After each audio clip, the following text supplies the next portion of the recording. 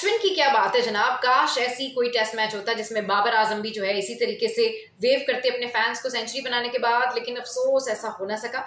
आज हम बात करेंगे India versus Bangladesh and BCCI ने जो इंटरव्यू शेयर किया है गौतम गंभीर और विराट कोहली का अपने फैंस के लिए, अपने व्यूवर्स के लिए, तो उसके हवाले से हम बात करेंगे। अच्छा जनाब, तो आज जिस तरीके से बांग्लादेश और इंडिया का टेस्ट मैच था इंडिया के होम ग्राउंड पर, तो उसमें बहुत सारी ऐसी बातें की जा रही थी कि जी बांग्लादेश का कॉन्फिडेंस बड़ा हाई है तो वो पाकिस्तान को हरा के आ रहे हैं।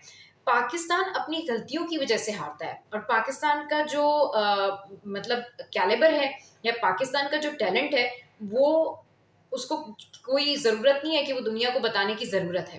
पाकिस्तान की क्रिकेट के साथ जो कुछ भी हो रहा है डेफिनेटली वो हमारे प्लेयर्स की अपनी गलतियां हैं, कोताहियां हैं और कुछ लेग्स हैं जो कि वो उसको फिल अप नहीं कर पा रहे हैं। जैसे कि गैरी क्रिस्टन ने भी बात की कि टीम बेस्ट है लेकिन आई डोंट नो कि क्या इश्यूज हैं। तो अगर कोई ये कह रहा है कि जी इंडिया में जाकर बांग्लादेश जो है उनका कॉन्फिडेंस हाई नजर आएगा, तो ऐसा कुछ नहीं है। आपको आने वाले मैचेस में, बल्कि आज जिस तरीके से यशवी और जिस तरह से अश्विन और जडेजा ने पार्टनरशिप की है, मतलब अश्विन अनबिलीवेबल, उन्होंने सेंचुरी की और इलीट जो है वो लिस्ट उसमें शामिल हो गए हैं जिसमें कामरान अकमल भी शामिल है।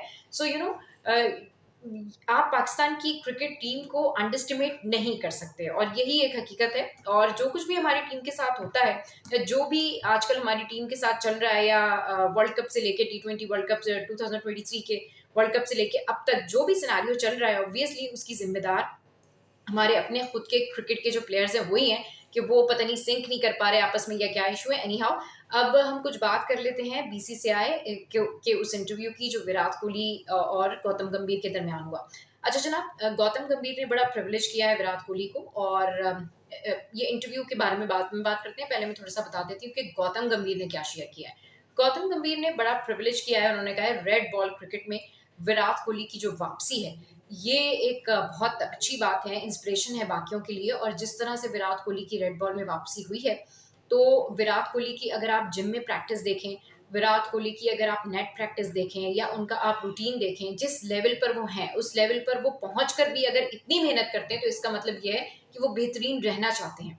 और बेहतरीन होना और बेहतरीन रहने के लिए आपको कंटिन्यूस मेहनत करनी पड़ती है। एंड ऑब्वियसली विराट कोहली की रेड बॉल क्रिकेट में वापसी और उनका कहना था कि रोहित शर्मा, बुमराह और उनके जो प्लेयर्स हैं उनका होना उनकी टीम के लिए एक लक की बात है।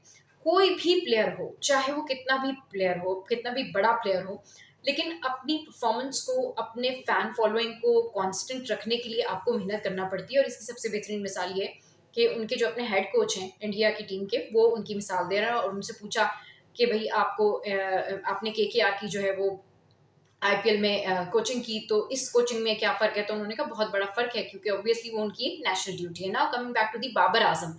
बाबर आज़म जो हैं उनके हवाले से इस तरह की खबरें गर्दिश कर रही हैं कि वो शायद कैप्टनसी के लिए वापस आ जाएंगे। उस पर इमाद वसीम ने बहुत तहफ़्फ़ुज़ात का इज़हार किया है, एक शॉकिंग जो है स्टेटमेंट भी पास किया है उन्होंने।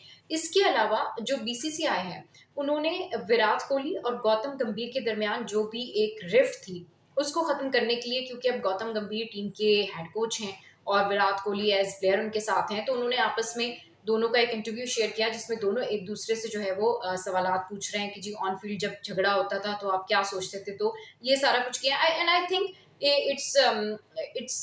It's a message for their fans के जी इन दोनों के दरमियान कोई रिफ्ट नहीं है। Now you know they are okay, they are fine, but God knows better कि क्या है हकीकत। लेकिन बीसीसीआई ने ये इंटरव्यू शेयर किया एंड आई थिंक इस तरह से बाबर आजम को भी शायद चाहिए कि वो जरूर मैं तो कब से कह रही हूँ कि बाबर आजम एक प्रेस कॉन्फ्रेंस करें और बताएं कि व्हाट्स गोइंग ऑन।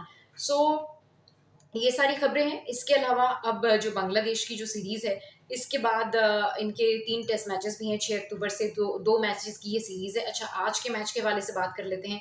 अश्विन बहुत ज़बरदस्त उनकी परफॉर्मेंस रही, उन्होंने सेंचुरी की, उनका साथ जो है वो जडेजा ने दिया। फिर उसके बाद जो है वो पंत थे and you know Jaswal, they all were good you know. और जिस तरीके से उनकी टीम खेल रही थी, तो यहाँ पर मैं ज़रूर मेंशन करना चाहूँगी वो लोग जो कि बांग्लादेश के हवाले से बात कर रहे थे कि बांग्लादेश की टीम जो है उसकी स्किल बहुत हाई हो गई है और पता नहीं उन्होंने शायद कुछ कुछ अल्टीमेटली कुछ कर लिया है, कुछ कोई चेंजेस हुए हैं। ज़रूर स्लाइटली चेंजेस ज़रूर आए बांग्लादेश की टीम में और बहुत ज़्यादा अगर आप इंथुजियास्टिक हों, जो कुछ उनके मुल्क में चल रहा था, उसके बाद एक जज्बे से भी बहुत सारी चीज़ें हो जाती हैं। लेकिन ये कहना बिल्कुल गलत है कि पाकिस्तान क्रिकेट टीम के अंदर जो है वो कैपेबिलिटी नहीं थी या वो इतना आसान टीम थी जिसको वो हरा के चले गए।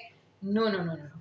पाकिस्तान क्रिकेट टीम जो है वो बेहतरीन टीम है, हमारे प्लेयर्स बेहतरीन हैं, लेकिन अब अगर हमारी ये जो प्लेयर्स हैं, जैसे मोहम्मद रिज़वान हैं या बाबर आज़म हैं, अब समझ आ गई होगी आप लोगों को कि दुनिया किस तरीके की बातें कर रही है।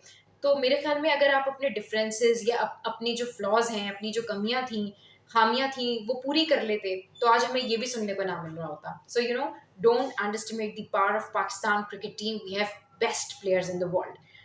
आज के ब्लॉग से फिलहाल इतना ही। अब देखते हैं, लेट्स सी कल का जो टेस्ट मैच का डे 2 है, इंडिया वर्सेस बांग्लादेश, वो कैसा रहता है और उसमें अब क्या होता है और बांग्लादेश जो है वो किस तरह कम बैक करता है।